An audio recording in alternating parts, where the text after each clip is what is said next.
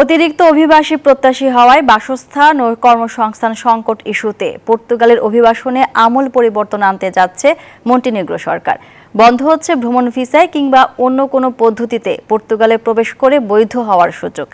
নতুন প্রস্তাবে বাড়ছে মেধাবী শিক্ষার্থী ও বিভিন্ন খাতে দক্ষ পেশাজীবীদের আসার সুযোগ। ইতিমধ্যে প্রেসিডেন্টের স্বাক্ষরিত অধ্যাদেশ ৪ জুন মধ্যরাত থেকে কার্যকর করা হয়, যা নিয়ে আতঙ্কে রয়েছেন অভিবাসন প্রত্যাশীরা। হুমায়ুন কবিরের তথ্যচিত্রে ডেস্ক রিপোর্ট। ইউরোপের পর্তুগালের অভিবাসন নীতিমালায় পরিবর্তন আনছে মন্টিনেগ্রো সরকার। ইতিমধ্যে প্রেসিডেন্টের স্বাক্ষরিত অধ্যাদেশ ৪ জুন মধ্যরাত থেকে কার্যকর করা হয়। এতদিন ভ্রমণ ভিসায় কিংবা অন্য কোনোভাবে পর্তুগালে প্রবেশ করে কাজের চুক্তি করলে মিলত বৈধ হবার সুযোগ। এ কারণে অউন্নত দেশ থেকে অভিবাসন প্রত্যাশীদের ভিড় পর্তুগালে লেগেই থাকত। বাংলাদেশিরা ইউরোপের এ দেশটিতে যেত নাগরিকত্ব পাওয়ার আশায়। বিশ্বমানের থার্মিক্স রড, সালাম স্টিল থার্মিক্স, দেশের একমাত্র থার্মিক্স রড।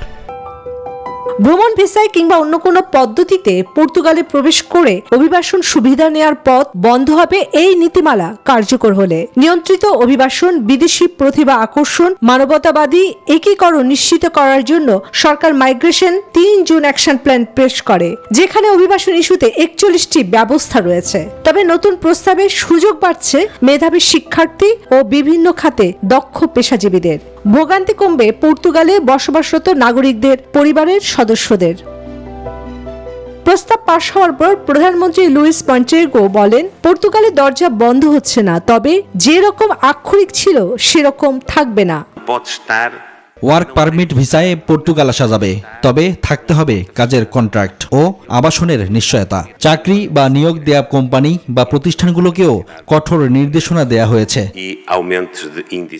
পর্তুগালে অতিরিক্ত অভিবাসী প্রত্যাশী হওয়ায় বাসস্থান ও কর্মসংস্থান সংকট দেখা দিয়েছে। এই কারণে দেশটির সরকার অভিবাসন নীতিমালায় এই পরিবর্তন আনছে।